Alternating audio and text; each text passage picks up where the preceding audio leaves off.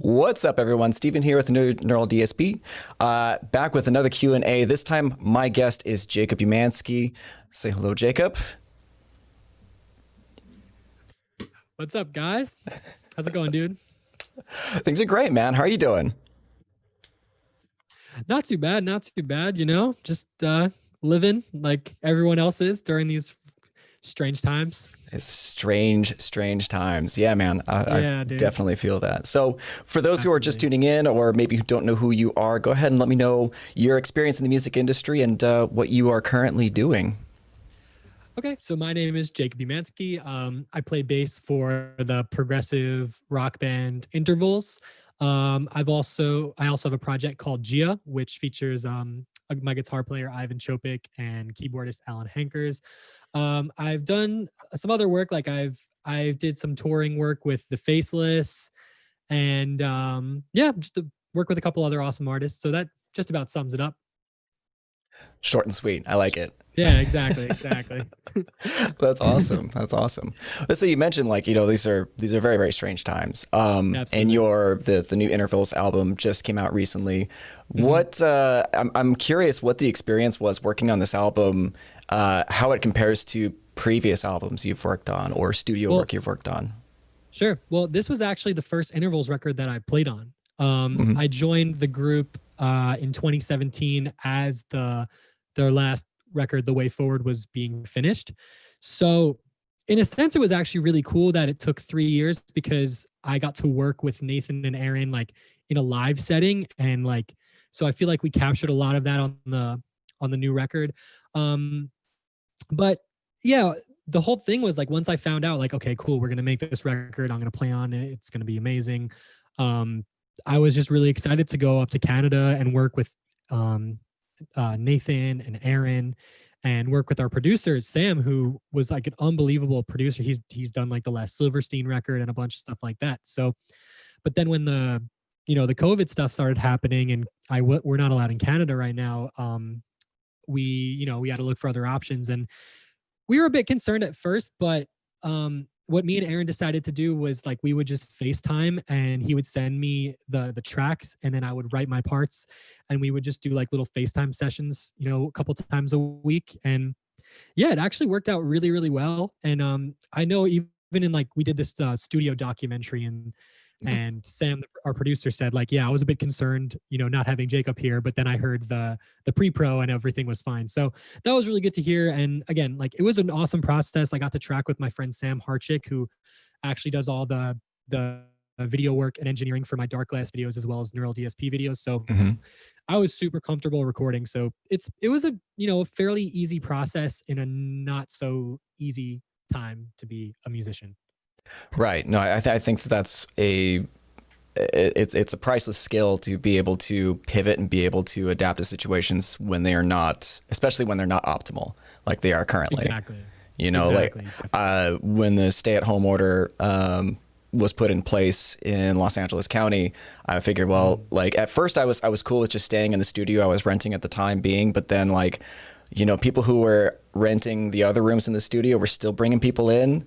Right. No masks, no nothing. And I'm all right, I'm going to dip. I'm good. So I moved my entire studio into my apartment. So I've been working on doing all my content in my living room, basically. And I mean, you and everyone else, so it's fine. It's that's such a big thing now. So you do what you got to do. No, absolutely. Being able to just adapt, like I said, it's just a priceless skill.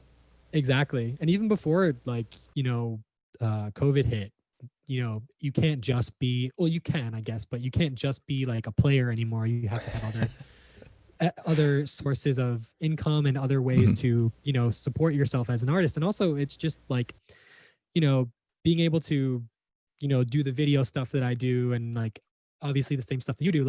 It's you can't just be a guitar player or a bass player anymore. You have to have these other skill sets. So I feel like that kind of prepared a lot of us for this situation. So I think that's cool. I still am fortunate enough to be working with Dark Glass and Neural whenever they need a new video or something like that. So me and my friend Sam Harchick, who does the videos with me, we've been fortunate enough to be working with these guys way before COVID hit. So that's been really awesome. But yeah, you can't just be a musician anymore, I feel like. No, it's very true. It's very true. We have to Yeah. do and be everything that we possibly can, because like when I first started working with Neural, they were like, okay, we're going to make so many videos a month. And then like maybe like 2 months into working with them, they're like, hey, how do you feel about live streaming? I'm like, I've never done this before. Let me Really? figure this out real quick. That's actually insane that you haven't done it before, because I saw Aaron's, I saw Charlie Robbins, like, dude, you crush it. So that's Dude, awesome. thank you. Yeah, Yeah. no, I've been doing this now for like over a year, I think. But like, Wow. just figuring out the systems at that point. It's like, okay, well, this is a new thing. I got to figure out like what programs do I need, what routing do I need, how do I get my DAW Right. audio into OBS, like all of those little Yeah. details. And it's very challenging. But as you say, it's like we can't just sit on our laurels. We can't just like kind of hang back and just expect other people to do what we need to do. Exactly. Yeah. But that so you mentioned something that was interesting. The like sources of income and being busy, and like you strike me as somebody who is constantly working on new material, like constantly working on new videos, new content. Can you speak to that? Is that something that you try to make sure you take care of yourself, or is it like something that just happens because you are Jacob Umansky? It depends. So usually, like, I have, again, the guy who I do all my dark glass videos with, I've been blessed with his ability to make the things that I do look unbelievable, and has a huge part in that. So a lot, every so often, like every couple months or a couple times a month, I'll have a company like Dark Glass or Dingwall or Neural message me about a video. I've been doing playthroughs for the interval stuff. I've been working on the Gia stuff, and a lot of the times it's like a lot of my busiest stuff is not the most, things people know me for. Like, I teach like every day now, which is like a big thing that I'm super passionate about, but I was not really, like when I started touring, I was like, I'm not gonna be a teacher, but that's something I do every day, and I'm super passionate about that. So that's a big part of my work. But again, so going back to like, creating content and, recording and stuff. So I've been working with, over the quarantine, I've tracked bass for the band Interloper. I don't know if you've heard of them. It's like the guys from The Faceless and Rings of Saturn. Oh, sick. So I've done work with them. Hedros Ramos, I tracked bass for his next EP. I did this. I'm pretty sure I'm allowed to say this, but I tracked bass on the new Entheos single that's going to come out. Sick. So that was pretty intense that I got to do that. So yeah, it's just been, a number of things where it's like, because, back in the day, like way before I was born, like being a session musician, studios would just hire musicians, and that just doesn't happen anymore, So I feel like what I'm trying to do and what I do is like the modern take on that, in a sense that I work, people hire me to play on their music, for whatever reason, whatever they think I'll bring to it. And so that's a lot of my work. And regarding the content stuff, if a lot of it is just, playthroughs and tutorial videos, and yeah, the way that whole thing started was really cool. So I'm grateful for the companies like Dark Glass, Dingwall, and Neural for sure.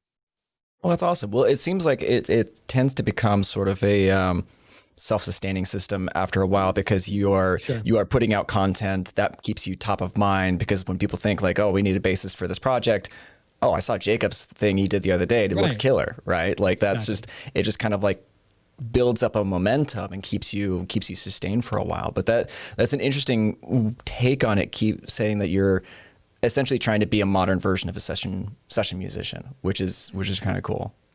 Yeah, I mean, it's just interesting because when I started working with intervals, I wasn't endorsed by any companies. I wasn't working, I wasn't playing Dingwall. I had a couple of Dark Glass things. I was in contact with the rep, but we weren't, I wasn't really an endorsed musician by anybody, and I wasn't really working with anyone. And the way that happened and what I told myself was just like, I'm never going to hit up a company unless I can 100% do something for them.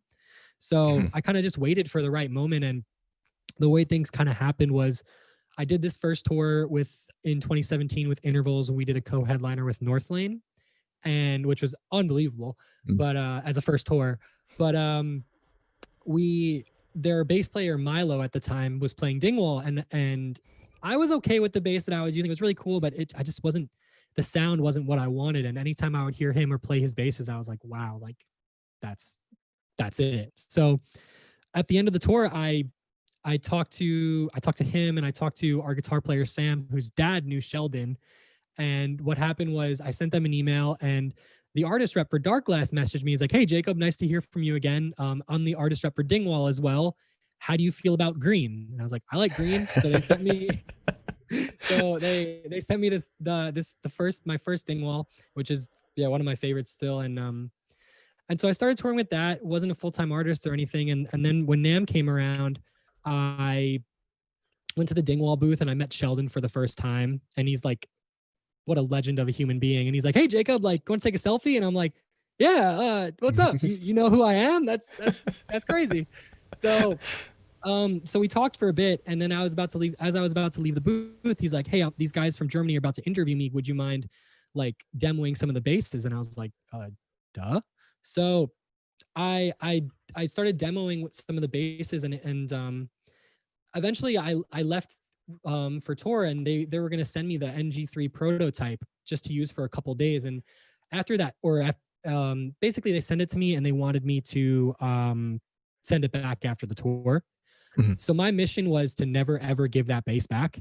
So when I got home from that tour, it was my first big tour with Intervals. It was my first US tour with them, and I said, okay, I'm gonna like try to make some videos. I have no experience with this at all, but I set up some angles using my tripod, and I got whatever tone I got. And the first video I did with the NG did really well, and it was like my first like, oh, this video is getting a couple thousand views. That's really cool. So I sent it to Doug from Dark Glass because they had been giving me some showing me a little bit of love. And I sent him like, "Hey, I haven't actually met you yet, but I just wanted to say, like, Lauren has been helping me out a lot with gear on tour, and I just wanted to say I'm really grateful for that. So thank you. And this is what I do with your products." And Doug was like, "Wow, this is great. Like, what if we just send you our pedals and you make videos with them and show them what we can do?" So I made another cell phone video with a different pedal, and then he said, "Yeah, this was great. What if we give you a budget and you hire a videographer and we can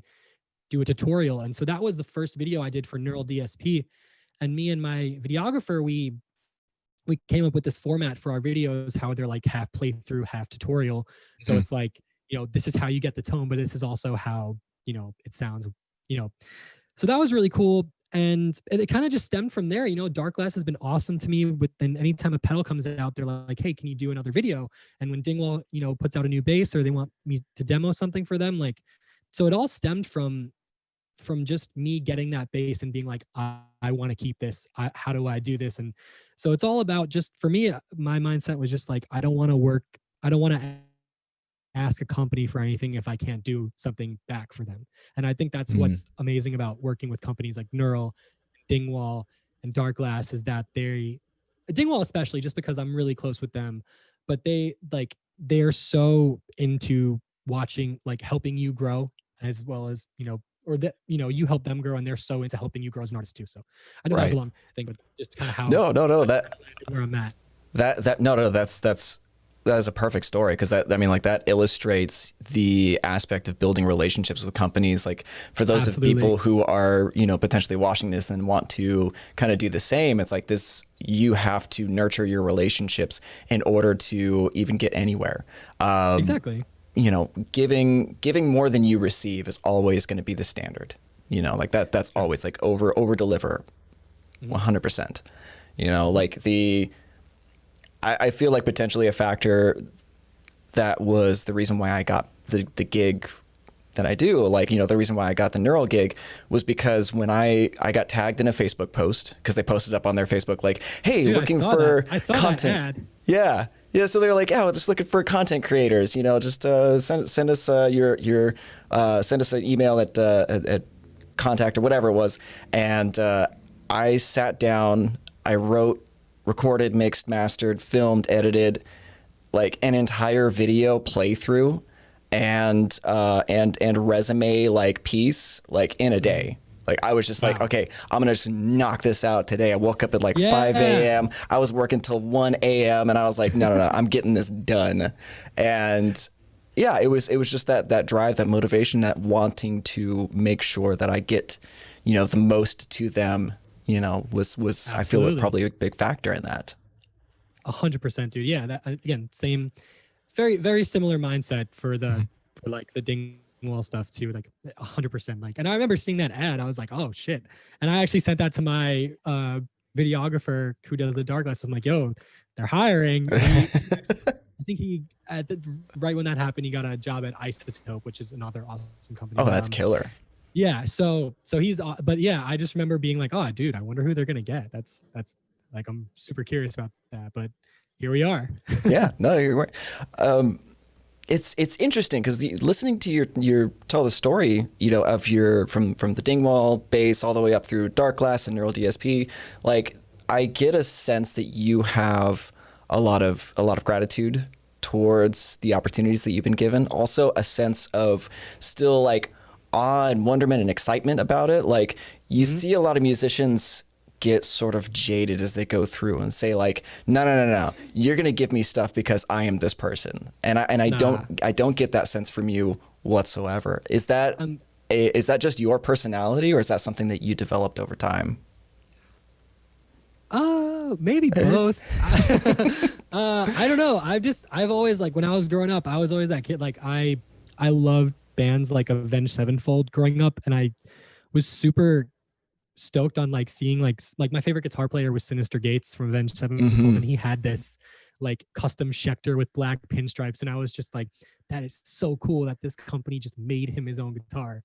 So, you know, and and when it got to the point where companies wanted to start working with me, I was just so excited just to be a part of it, and just the fact that I was excited that they were excited. And yeah, I don't think you should ever, you know, that mindset of like, you should give me this because who do you know, this is who I think I am. Like, I'm not, I don't think that's a good mindset. I don't think that, you know, having that mindset will get you some places, but it won't get you, you know, far, maybe. I don't know. That's not really the way I like to approach anything, or I hope I don't anyway. But, yeah, so I guess it's a little bit of both, but I'm just grateful that these companies like working with me, and I'm happy that I can continue to help them grow, and vice versa. Yeah, absolutely. I just wanted to point it out because that's such a big thing, because I get messages from people, and I get both sides of the spectrum. I get the people who are like, hey, we're coming out with an album, and we should, you know, you should give me your plugins, etc. How many followers do you have? That stuff up. It's like, oh, I don't want to bring that stuff up. Yeah, no, it's not a healthy way to go through life. As you said, it'll get you some places, but it's not going to get you where you want to go. Yeah, you know? I don't know. I didn't want to bring up the whole like give us free stuff. We have an album coming out. Just because it's so like, it's so cringe, and there's so many people that do it. And you know, like I thought about it like with in some other bands, like when I was still in college, but then even working, like I would work at festivals, and like I was a production assistant at Rock on the Range, I think in Cleveland, Ohio one time. And like, I think I forgot what band it was, but they sat next to me in the artist tent while I was eating my lunch, and I was just a production assistant. And like, I was in a band, and like, but I just wanted to like talk to the band and like tell them like all about who I was, and like if they would consider, I don't know. Basically, I kind of just learned to like be like, no, there's a time and a place for things, and this was not the time and a place to go about doing that. Again, so the whole pitching your record and asking for endorsements and all that stuff, like I was just, yeah, it's not something that I'm a fan of. And you know, people ask you like people ask me to do session work, and it's like, you know, you have to, you know, you have your rate, and it's and that's like, oh, but we have this and this and this, can you give us a break? It's like, no. But I totally understand that. Yeah, for sure. Yeah, no, it's all good. It is a bit cringy, but that was something I wanted to kind of like point out in your story earlier as far as just building relationships. Like that to me is like the optimal way to go, is just to build relationships, over deliver, make sure that you are, you know, nurturing and not trying to demand things from other people, because that just is the, you know, that's the fastest way to not get anything that you want, you know? 100%. Simplest terms, like, don't approach a company until you can do something for them. And Yes. you want to, and another thing would be to work with a company that wants you to grow with them, not just them to help you grow. Because even at NAMM, like I had an experience where it was my first NAMM and I wasn't like fully endorsed by any companies yet. And I went to a very popular guitar booth and my friend asked me to play one of his basses, and I was playing the bass, and then the owner of that company came up to me and my friend, and he just straight up just went like, "Oh man, I don't want to see you playing this guy playing. I want to see this guy play. I want to see you playing that bass." And just pointed to my friend and be like, just because I wasn't an endorsed artist at the time, like he was like, "I don't want to, like, I only want my artists playing these basses. Like, I don't know who this guy is, but I just don't want him playing the bass." I was just like, "Whoa, dude, like you suck." I immediately, yeah, I was just in my head. I was like, "Wow, okay, well," and I was just to my friend. I was like, "Okay, this plays great, man. I'm gonna go back to Dingwall." But yeah, so again, it was just companies like that just turn you off, and there are some really amazing companies out there. So shout out to them, because a lot of companies have actually hit me up in like a proper way, and you know, wanted to work together. So. But yes, there's definitely some companies that are just like, they just want, you know, like money, and like they don't really care about their artists and stuff like that. So yeah, it's good to be working with a company or companies that again care about your success, not just their own. Yeah, absolutely. The I totally get that. Yeah. Let's shift gears a little bit. I've had a lot of people asking about your playing, a lot about technique, a lot about if they get as swole as you, do they play as good as you?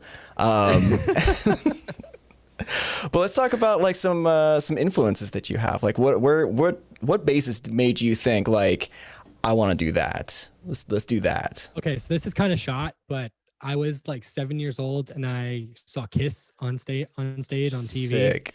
And I saw Gene Simmons and I was like, my parents are always telling me like, you literally just said, I want to do that. And I just pointed to Gene Simmons. And what happened was after that, my dad, when I was around 7 years old, he bought me a guitar. And then about a month later, I learned that Gene Simmons was a bass player. So I was like, "Oh, buy me a bass. And so after around 6 months of guitar lessons, when I was like 7 or 8, he bought me a bass. And what happened then was like, I started learning Kiss tabs, and I realized that they were like really simple. And so then I wanted to like kind of, you know, play more advanced stuff. So regarding real influences, guys like Rex Brown from Pantera. Hell yeah. Yeah, Johnny Christ from Avenged Sevenfold were like two of them, the main guys. And I think a thing that really like got my tone where it is, like finger style, was and I've told this story a bunch of times now, but that I would be learning all these songs. Like I would learn like the bass line from Holiday from Green Day, or like Walk, or Beast and a Harlot. And like I would be playing it in my room when I was like 11 years old, and I'd be using a pick. And my dad would yell up from upstairs and he would be like, "Stop using a pick," because he just thought that was a cop out, even though it's not. He was just say like, "No, you need to get better with your fingers." So my alternative was just to try to get that sound, that pick sound with my fingers. And that's kind of what led to, I think, what a lot of people hear today. But as far as modern influences goes, like one of my favorite players is Henrik Linder from Dirty Loops. Oh yeah. Yeah, he's unbelievable. Yeah, crazy player. Marcus Miller, you know, as far as the more like fusion guys go, or R&B guys go. So yeah, there's a lot, and it's not just metal guys too. It's like, you know, Jocko is a big Jocko Pastorius is a big influence of mine. Let's see. Yeah, so those are a couple, I think. Yeah. Nice. That's a good list to have, honestly. Yeah, for sure. But yeah, there's some kind of weird like Like your voice kind of sounds like it's being like bit crushed. Does mine sound okay? So your internet is kind of dropping in and out a little bit, so sometimes you freeze up a tiny bit. Oh, would it be okay if I switched my network, or would that get rid of the stream? Oh no, you're good. You're good. We'll I'll switch over to my side and talk to the audience for a minute. Okay. Thank you. Then, yeah, no Thank worries. you, man. Oh, of course, of course.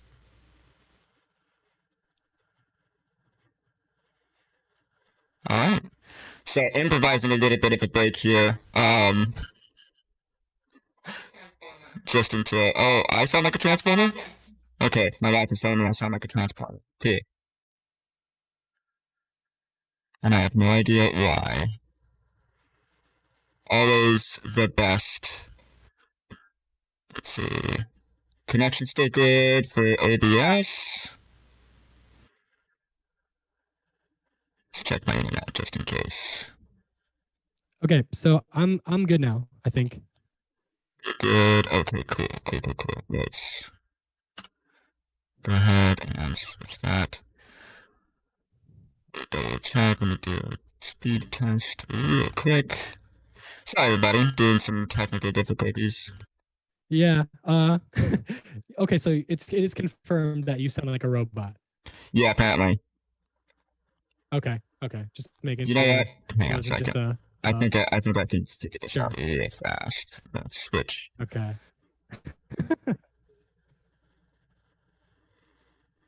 Let's see. Rodecaster Pro stereo. Check. All right. That should probably fix it. I've been using this RTX audio to clean up my audio. You still sound like a robot. Still sound like a robot. Yeah. Amazing. My friend Sam Harchick is in the chat, and he said you can try restarting your interface. Sweet. Yeah. Well, so I'm actually using my Rodecaster Pro as my microphone. It's not my regular interface. Gotcha.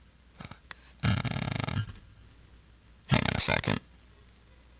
Let me figure this out so I don't blow anybody's ears out. Hang on a second.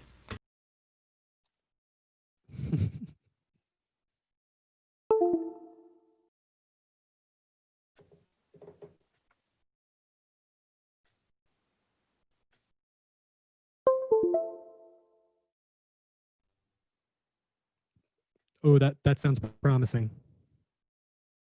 Yeah, we're back. He's official. Okay, all right. Sounds better. Thank you, Rodecaster Pro, for messing up on me. To be fair, this is the first time that this is actually messed up on me, and I've had this thing for months now, so I'm okay with that. So we're back. We did it. Okay, we're back, ladies and gentlemen. I'm getting applause from the next room over. My wife helps me with these Q&As by getting all your guys' Q's in a spreadsheet for me. Amazing. Awesome. Well, cool. So we were talking about technique, talking about your influences. So what are some things that people could be doing to, I don't know, maybe learn some of your techniques, gather some of your sounds? Like, what's the practice schedule look like during the week for you?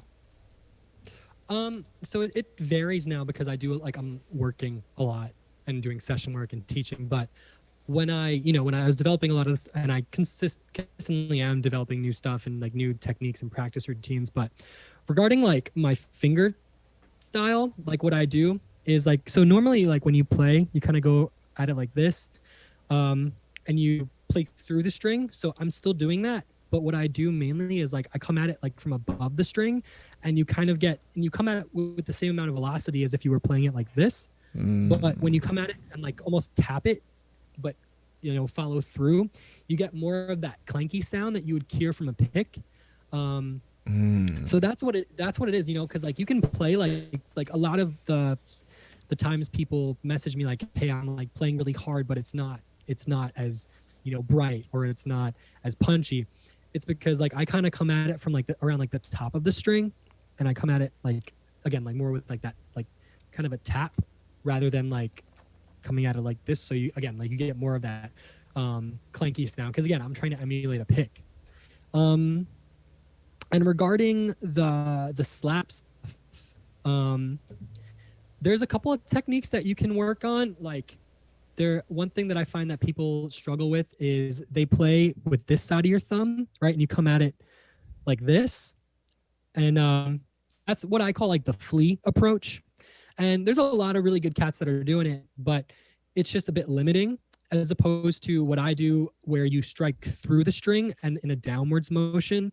And if you strike through the string downwards, it makes coming back up for double thumbing a lot easier. And it's just, again, it's a lot of the times what I'm trying to do is like emulate that compression and attack you get with the pick. So as far as practicing it goes, one thing that I would do a lot was like I would turn on like my favorite show on Netflix and just put on the metronome and just practice ba, ba, ba, and just try to get that sound, you know? And that's the thing with a lot of this stuff. There's no real shortcut to it, to building up consistency. It's just, you just have to sit down and do it. So, and a big thing is also developing that slap on every string, not just the low ones, because a lot of those runs that I'm doing, you know, they're pretty unorthodox. A lot of the stuff we play, you know, it's not really written to be slapped like a lot of the guitar lines. So being able to actually thump on every string and work with string crossings, whether it's, you know, slapping, you know, double thumbing or double popping, it's just developing that consistency is super important. And like I would 100% recommend always working with a click track too. And even recording yourself and like looking where you land on the grid, looking at where you know what the velocity looks like on each one of your notes, like if your first finger is a little weaker than your second. And there's a lot, you know, it's like a lot of zooming in, because this style, it's like on the record you can make everything as tight as you want and like copy and paste notes wherever you want to copy and paste them and make things sound consistent. But it's a whole other animal to be able to replicate that live and play it convincingly. So that was my thing when joining intervals. I was just like, wow, this music is so tight and like well produced. And seeing the live shows before I even joined, I was like, I'm gonna have to put in a lot of work for this. So that's kind of what I did when I was joining, when I first joined, because my style was a lot different when I started with the intervals. And I think a lot of this stuff just kind of helped me grow into the player that I am like now. So if that makes sense. No, that makes perfect sense. Yeah, I mean, like, no, it sounds like you've spent a lot of time narrowing in and focusing on like the minutia that makes your playing as clean as possible, especially for something like intervals where you have to be absolutely precise. Like I've watched, like I got to watch you play at the NAMM show during your Dark Glass set. I was working the neural booth next door. So like, and it's not easy stuff to replicate live. Like that's, you got to be like on top of your game to do that. Sounds great. Yeah. I mean, it's just like a thing where like, I think a lot of the technique stuff, a lot of the stuff on bass where, you know, you have to play with like consistent velocity and consistency is the name of the game. And a lot of it is like, if you don't use it, you lose it. So like practicing this stuff on a daily basis, whether it's like working with a click or making sure your pops and slaps are consistent, it's all stuff that I try to work on daily just to keep everything in check. So you still practice on like a daily basis. So you have a routine like set in your schedule for it? Kind of. It depends on the day, and it depends on what I'm working on. Like if there's a lot of my stuff is like if I'm writing stuff, whether it's for Gia or if I'm writing my parts for intervals and I write something that I can't necessarily play, I'll like break those different things up into like 20-minute increments. And then I'll focus on different things like I'll spend 20 minutes on like double thumbing or 20 minutes on trying to learn this run with my left hand and making it sound clean. And yeah, again, a lot of the thing that I tell my students is like working on zooming in onto what you're doing. You know, playing cleanly is super. It's probably like the hardest thing is like making sure, because I play that big surfboard of an instrument back there, the 6-string. So it's like you want to make sure that none of the notes are ringing out. So a lot of my practice time is like trying to figure out what fingers I'm not using and how I can properly mute. And whether that's with this hand or even like using my wrist when I'm slapping to block the lower string. So it's a lot. My practice schedule, it definitely varies, and I wish it was a bit more consistent right now, but it's just like with the stuff I do every day, it doesn't really work unless I get up at 5 a.m, which I'm like not really trying to do. Right. I feel that, dude. I could, because I'm sure that's the other thing. You know, my dad would always tell me, like, no matter how hard you practice, there's going to be someone better than you and working harder than you. So I think that's one reason that's inspiring me to get, to always, do my best. Again, like 5 a.m. is just too early. Yeah. Yeah, dude. I tried doing like the Jocko Willing thing, like getting up at 4:35 in the morning, do like workout and whatnot. That lasted for like, I think like a month, and then I was just like, "That's good. I'm good. I'm good. I'll wake up at like 5:36 maybe if I have to get up super early. Like today we had a meeting. I had to get up at like 6:30, so like woke up, stumbled, got my coffee, was ready to go.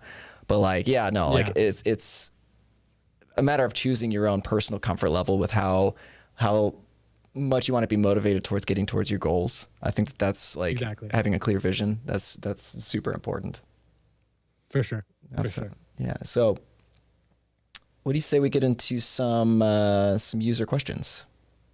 Yeah, let's do it, man. All right. The Cali Wolf is asking, any chance on getting a signature bass from Dingwall or staying with the custom Z3? Or can you talk about that? We are working on something. We're working on something. I'm very excited to say that, but I can't really give any other information. I modeled the Z3, like the finish and everything. That was like the specific aesthetic of it was something that I was really passionate about. So I think that'll carry over to whatever we work on. But any other details I can't really get into right now. But we're working on something. That's fair. That's fair. People ask me constantly about the upcoming like plugins and Quad Cortex. I'm like, I can't say anything. Like that's like I would lose my job, so I'm not going to answer these.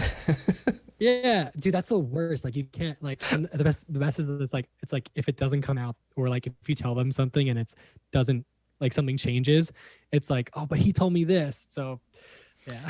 Yeah, man. Mum's the word. But we're working on something, so I'm really excited about that. That's awesome, dude. Yeah, no, I'm super excited to see something, see whatever happens. So a neural question, actually. So Matthew Blake Cloud is asking, how much of the new Intervals album is Parallax and how much of it is Darkglass? So I am 95% positive that everything on the record is the Parallax, except for a 2-second fill in the song Dose, where we were trying to get this more like Seinfeld tongue-in-cheek kind of a tone. Sick. So I'm pretty sure it's like when you hear it, you'll be like, oh, that's what he's talking about. But so everything else except for that fill, I believe, was the Parallax, and that other clean tone was just the Darkglass plugin with the drive turned off. Awesome. Same user is asking, what tips can you give to bassists who are new to recording on their own? So I'm not I wouldn't consider myself like a producer, right? Like I'm more of a player. So I know what goes into making my tone from watching like the guys from Gia, like Ivan mix everything. But when it comes to recording yourself, just make sure you're consistent with your playing. Like look at your tracks and make sure the notes that you're playing, the waveforms are consistent. Make sure you're playing on the grid. And when it comes to like creating a tone, like, you have, you'll add your compression and you'll add your limiter and sidechain stuff to the kick and all that stuff. Again, all fancy producer stuff that I'm really trying to learn about, but I'm not the most knowledgeable with. But what I will say is that work on consistency and work on getting a consistent velocity with your tone. That way, stuff like your limiter and your compression it doesn't have to work as hard, right? And there's more power from just that. So that's what I'd say.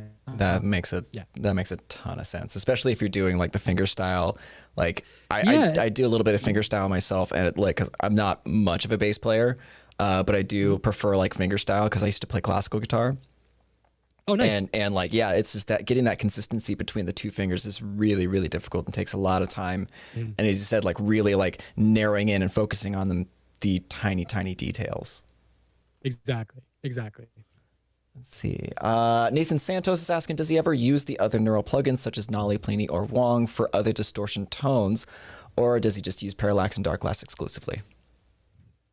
For my main sounds, I almost exclusively use the Parallax. It's like I'm the kind of guy, like if I find something that works, then like that's what I'm going to use.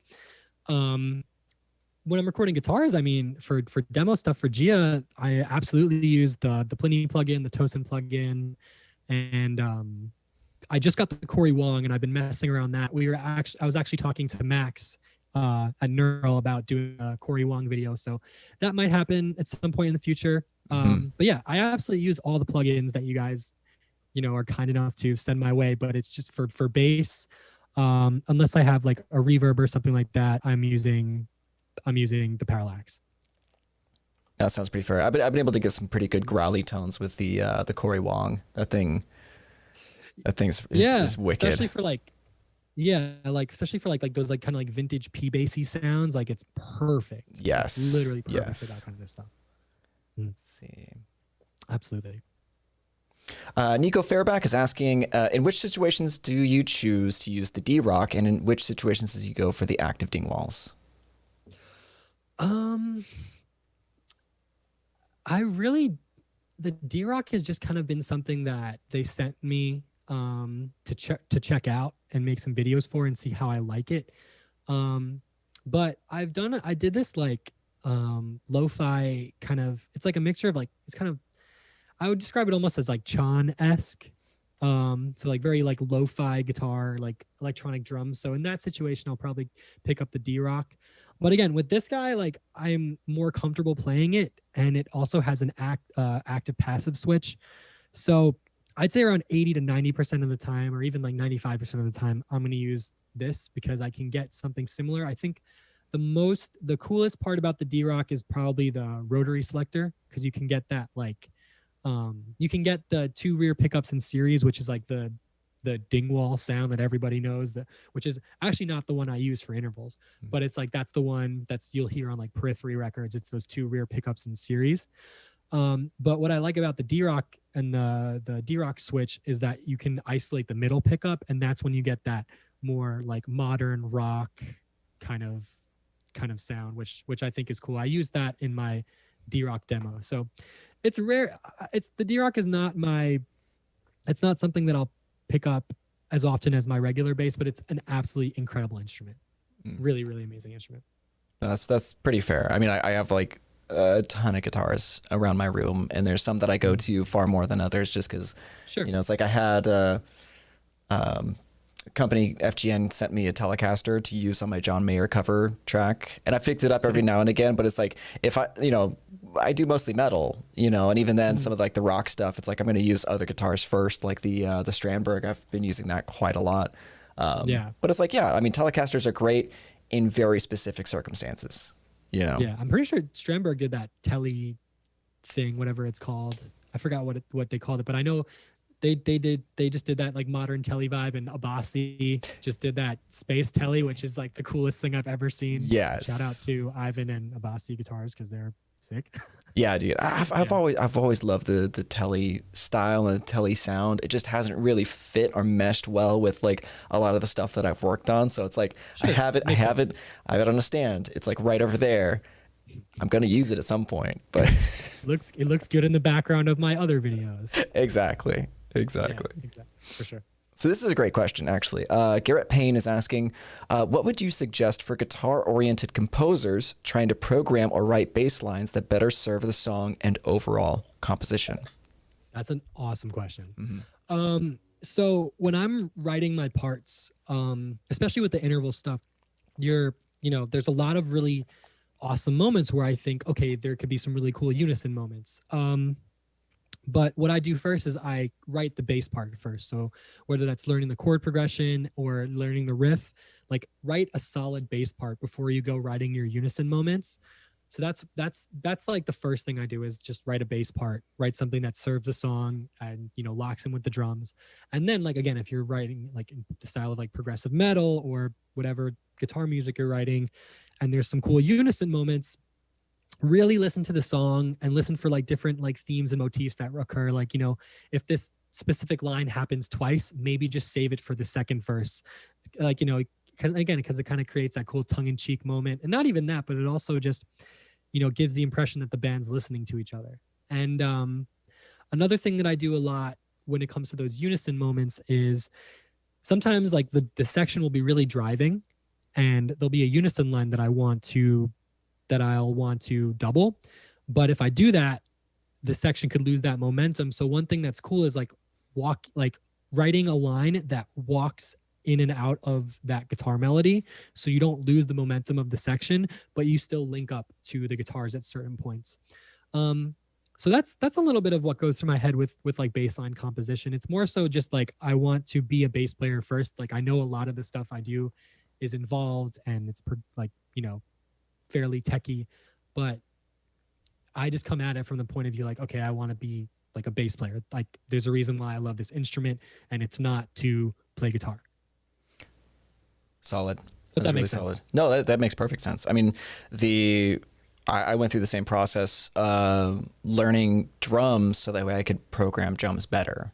You know, right, like that, exactly. Like, I think that even learning some of the basics of what you're talking about, whether you're going to be doing unison lines or complementary like lines, like that's a really, really important skill to develop. Because like for me, I'll sit at my desk and be like air drumming stuff out, and I have like, you know, lines in my head that I'm thinking, okay, cool. And then I go back to like the things that I've learned. Like I went on like Drumeo and you know, bought a couple of courses there, and you know, I've studied some of my favorite like drummers and some of their like, you know, God, the drummer for Porcupine Tree. Oh my God, I'm blanking on his name.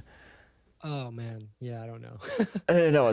I know exactly what you're talking about though. That dude is killer. Like the groove and the feel that he puts on his music is so amazing. And so I've spent like literally hours just like breaking down like the things, like I've just like half speed on YouTube just so I can like do ba do ba do, you know, like, and just getting like the phrasing right and everything, and taking your time to really kind of almost learn the instrument yourself is gonna get you over that hump and really kind of give you a sense of where you could go with the bass stuff. So exactly, just being able to think as a drummer or a guitar player, yes. You know, in my sense, is what's helped me a lot. You know, and being able to work with like, you know, I've been fortunate enough to work with like Nathan Bulla, who is like one of literally the most musical and ridiculous drummers I know, and like the Gia stuff we work with like Matt Garska, so seeing how they approach stuff like that has been really, really cool.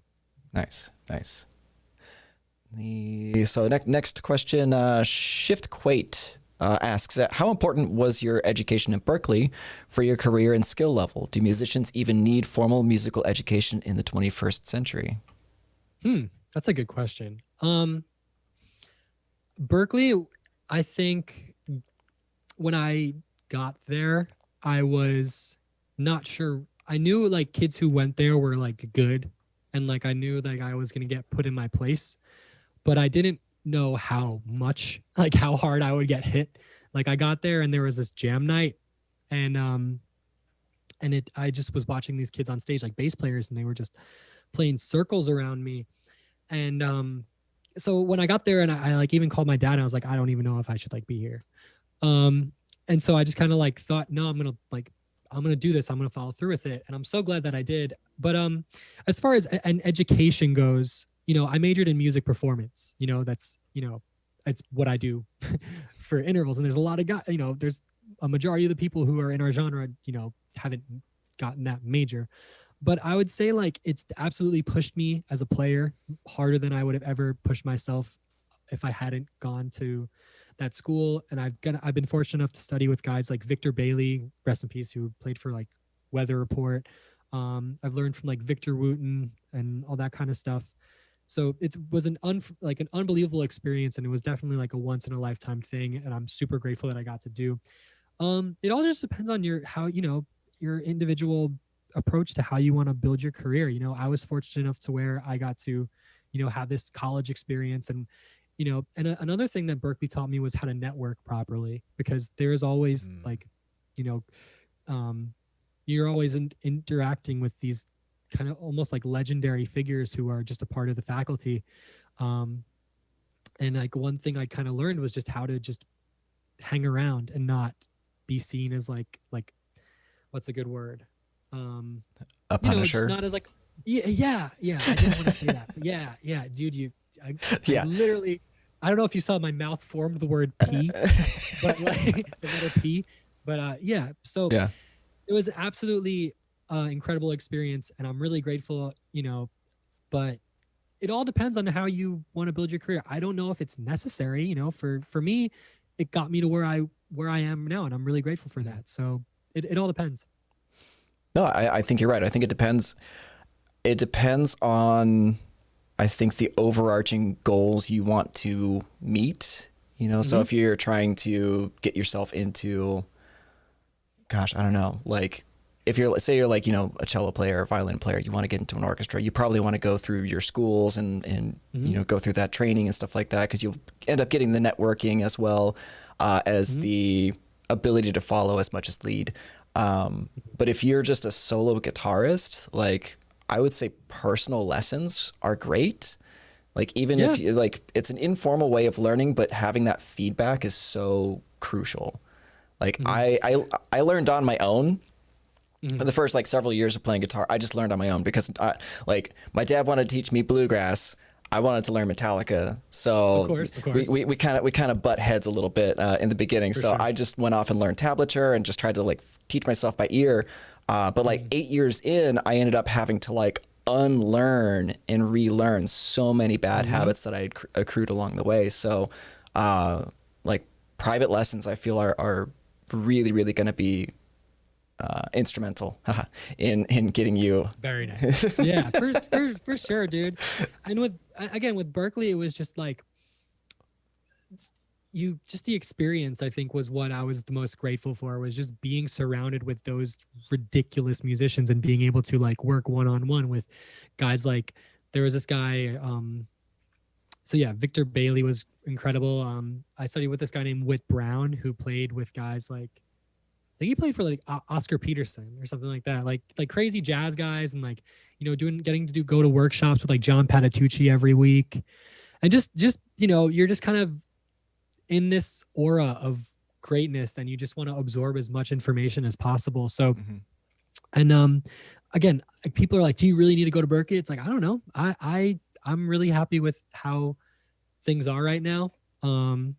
And I was really happy with my experiences. I've made so many amazing friends there who are also some of them are literally in the same scene that I am. So it's just cool and a lot of them, like, I wasn't friends with some kids who I just really weren't friends with at Berkeley, but then you connect with people at NAMM and on the road and like literally all over the world. Like I had a Berkeley guy from like China come to our show come to our show and just be like, yo, dude, what's up? Like we were in our bass class together, and I was like, holy shit, dude, like what's up?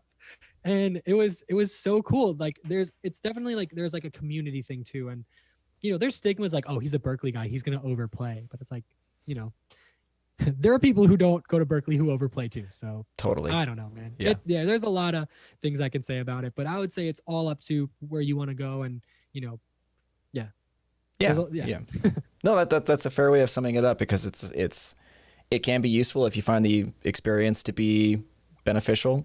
It's not necessary, I feel. I mean, like there's a lot of things I feel that I've learned just on my own that other people have gone to school for many, many years, as far as like video editing and filming and stuff like that. These are things that I've learned just on my own through the internet, trial and many, many errors. Exactly. And yeah, so it's sort of like a case by case basis on whether you want to go there or not, or whether it's going to be beneficial to your overarching goal. So yeah, 100%. Sam Harchick's coming in with the assist. Gavin Harrison is the drummer for Porcupine Tree. Oh, dude, thanks, he man. is such a pro. Dude, he is such a nerd. Dude, I mean, so am I. I play in fucking instrumental guitar band, but dude, yeah, Sam is big into all that stuff. So hi, Sam. Dude, yeah, get some Steven Wilson in there, Porcupine Tree. Yeah, exactly, exactly. Good. So good. Drew Undone has an interesting question. about like motivation. So when you don't want to practice, how do you get into practice mode? I'll just kind of like, if I'm not practicing or if I haven't practiced in a while, it usually means that I'm just like slacking off and like on YouTube or something like that. So what happens is if I'm in that kind of like, I'm not doing anything, I'm kind of just feeling lazy, then I'll stumble across like a video of like, who's a good example of like Richard Bona or some ridiculous bass player. And I'm like, holy shit, I can't do that. And that's kind of what like shocks me back into let's learn something new. And that's another thing. Like you don't even have to be like, like slacking off or, just not doing anything. You can just be like, how do I get, if your mindset is, I want to be more motivated to practice, just go on the internet and find something that you don't know how to do. And like, that's one thing that I've done. Like, that's how I initially started double thumbing was like, I got to Berkeley and I was like, I learned double thumbing when I was like 14 and I was horrible at it. My thumbs were just not, I don't know. And I saw this video of Tosin and it was like an infinite regression lesson. Mm-hmm. And I'm sure like everyone watching has seen that video, but I was like, okay, cool. Well, this is how my afternoon is going to go. So, and that's kind of how I, started to double thumb. And then you take all these things and it's not even just learning them and then just practicing them and, but it's then you start to incorporate it into your own playing and your own style. And then that's a whole other set of motivation and stuff that gets you excited. Cause I think, all you need to do is that one little spark to get you excited. And then it's like, okay, cool. I can just be sitting in my room for hours, like working on different stuff. So yeah, I would say short answer, just find something that you don't know how to do that excites you and sit down and try to figure it out. That's a good answer. It's a really good answer. I tend to I tend to waffle a lot. I tend to noodle quite a bit. So like trying to I kind of just, waver all over the place. But yeah. I kind of do the same where like I pick up some music, I listen to it, I learn a couple of riffs here or there. Pretty soon, everything starts to get going. Motivation. I don't know. For me, motivation is less a factor rather than discipline as well. Because motivation is very fickle. If I don't feel like doing something, it's like, well, I don't really have much of a choice because I'm going to do it anyway. So what can I do then once I sit down and get going to actually get that momentum going? Right. For me, it's a lot of just like hitting random on Spotify or picking up, listening to artists that I haven't listened to in a long time or putting out on Facebook, like, hey, I need some new music to listen to. What do you got for me? That's huge. Mm-hmm. It's very, very huge. Finding new avenues for your brain to kind of go down is so big. Yes. Absolutely, man. Yeah. Like the whole Spotify thing that definitely kind of opened, I got Spotify a couple of years ago and that just kind of opened my eyes to being like, okay, cool. I don't have to just listen to the same records. It's like just random stuff will pop on and then I'll think, okay, whoa, what's that guy doing? How do I make that noise? Like that's kind of what, 100%. Yeah. Like I've been listening to a lot of like Gojira lately. I like older Gojira. Yeah. It's just so good. It's so good. Digitech whammy. Yes, absolutely. Yeah, Sam saying you just have to start. I literally can't do anything until I just pick a time to start. I agree with that. I totally agree with that. If you wait for motivation, you're never going to get anything done. Absolutely. Yeah. And Sam is one of the most like driven people I know. That dude never stops working. It's absurd. We have to do a video next weekend, and I was like. And he was like, yeah, we can do it the first weekend of January. And I was like, oh, are you free like next weekend? And he was like, yeah, like, fuck it. Let's go. So like that his schedule is insane and he works so hard. So it's really cool to be working with somebody who's like that driven and like, passionate about making things look and sound amazing. So again, shout out to Sam, my guy. No, you guys honestly, you guys, everything on your channel is your guys' collaboration, right?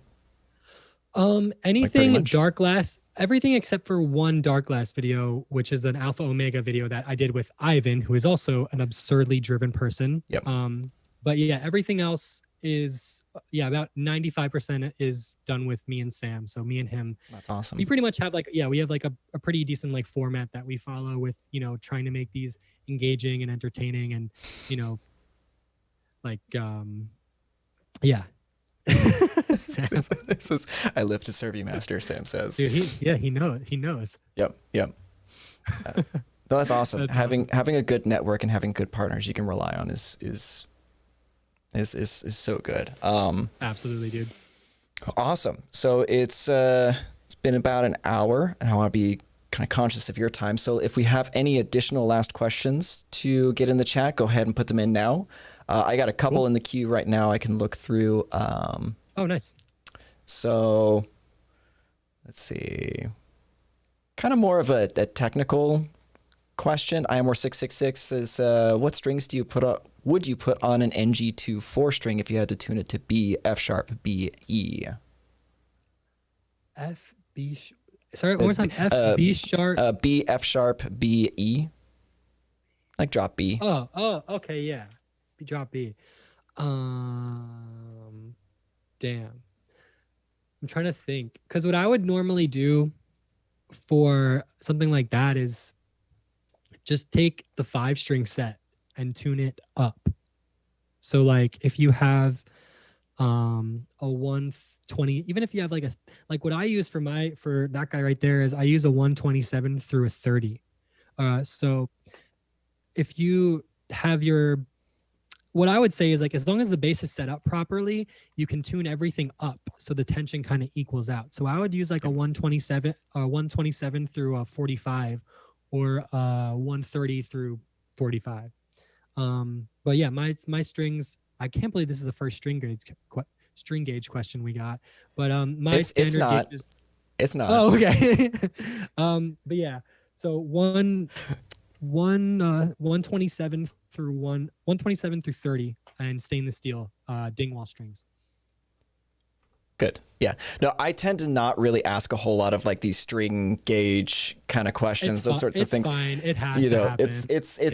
It's one of those things where I'm sure if you Googled it, you could probably find the answers. But you know, I figure we're here. We got the questions. We're here. We'll do it. And I'm happy. Yeah. I like getting to the meat and potatoes behind mindsets and that sort of thing more so than that, you know. That is very much appreciated. You know, honestly, this is also a teaching moment. If you guys are like for any of these Q&As, like just to give you a little bit of like a background on how this stuff is like kind of produced and made. It's like me personally, the way that I want these Q&As to go, I like asking my guests like mindset questions, their history questions, the things that made them successful in what they do, and string gauges, pick sizes, pick thicknesses. You know, like do they use the things on this setting or that's like that stuff doesn't matter to me as much as, you know, the higher level ideas and principles. Just to be very honest, you know. That's why 100%. Yeah. That's why you're so good at what you do. Thank you, man. No, I feel like just as a matter of empathy as well, it's like I wouldn't want to be asked a million times like what string gauges do you use, because I don't even know. Yeah. Like I don't do to put it in their bio. Yeah. That's solid. Just got to that point. Or like when they do like Instagram lives, like or Instagram question things, like before they even get asked, it's like I use D'Addario, blah blah blah, NYXL, whatever. Yeah. So yeah. And it's like this is valuable information to some, but it's like you got to understand that these are questions that probably a lot of these people get asked on the daily. So that's why I usually ignore those types of questions, because I like to keep this, you know, a little bit more conversational, a little more interesting. Absolutely. Sam says, what made you the bassist you are today, and why is the answer Boston burgers? Oh, so basically every time me and Sam like work on a video, we get Boston Burger Company, which is a burger place obviously in Boston, and like we both order the most absurdly fattening burgers that makes us super tired and hard to like continue working, but we just do it. So yeah, I don't know. Awesome. Oh, man. This beautiful. Street. I got a question asking if we're not over yet, but Oh yeah, go for I got it. a question Yeah, James Hoffman asked, how did I get the intervals gig? Mhm. So I thought that would be a cool question. Yeah. Basically what happened was I joined this band when I was in college called Painted in Exile. They're from Long Island where I live currently. And we went on tour with Scar Symmetry, and Aaron, the guys in my band were friends with Aaron. And what happened was he came to our show, or we went to our friend's house, his friend's house, a mutual friend's house in Canada, ate tacos. He came to the show, saw the show, and he's like, "Oh, you guys are really sick. Like, I'm doing these routing dates with Pliny leading up to our Animals as Leaders tour. Would you guys want to open?" So my band opened for Plintervals for 3 shows. And I believe after like the first show, I was just sitting in the green room and Aaron was there and he's like, "Yeah, dude, like I'm probably going to hit you up to play bass." And I was just like, "Okay, cool, whatever." So like not really thinking anything of it. But then I was like, in my head, I was like, "Okay, cool. He said it. I don't know if that's going to actually happen." But so when I got back to school, I just learned like, it was when Instagram, you can only do like 15-second increments on videos. So I did like 15 seconds of Sure Shot. Then like a couple weeks later, I did 15 seconds like I'm Awake or something like that. And then like about a month later, he messaged me like Doggy. And I was like, "What's up, man?" And he's like, "Do you want to do, how would you like to play bass for intervals for our Canadian, Canadian co-headliner with Northlane, and then potentially do a Europe run with Polyphia and Nick Johnston?" And I was like, yeah, I'm graduating. So I had like a job offer to work like copyright stuff for like a record company, but I wanted to play, I wanted to be in a band, and to have the opportunity to actually, join a group like this, I was ecstatic to do it. So, and I thought I would just, okay, I'll just do this and I'll try to build my career stemming from, this. And it's been really cool. So that's kind of how it started was, and it was a lot of just, we hung out and there were good vibes. Like before he even saw me play. So that's like a big thing, is just making sure that you can hang, because there's like, you're on stage for an hour or 90 minutes. And then there's 23 hours of the day where you're just like in a metal box going 60 down the highway, like eating Funyuns, and you got to make sure you can just hang out and just have a beer, Yeah. So that's kind of how that happened. Being cool with the people you're around is so important. I had like, that was always like my number one like rule with anybody that was going to be in a band. Don't be a punisher. If you're going to be in my band, like you need to hang out with us and be cool. Like I cannot be worrying about you and thinking about what I need to do at the same time. Like just don't. Dude, yes. Just don't. 100%. Yeah, I had a bandmate back in the day. He had like stage fright. And I'm not going to name who it was, but like, yeah, he would like kind of freeze up. So he would have like a beer or two to loosen up. But like, if he had any more than that, it was going to be a bad day. Shit show. It was just going to be a bad day. And like, I'm like, dude, I don't want to have to babysit you. Like, this is not my job, Yeah. You're a fucking adult. 100%. So yeah. So you're an adult. Yeah. Like, come on, man. Like, no, I love that. No, that's good advice though. Be cool with the people you're around. Be a good hang. Mm-hmm. Going back and nurture the relationships that you have around you. Always over deliver. I think those are really great things to pull from this conversation. I guess this is a good time to wrap it up since we're getting this. Got all the questions sorted.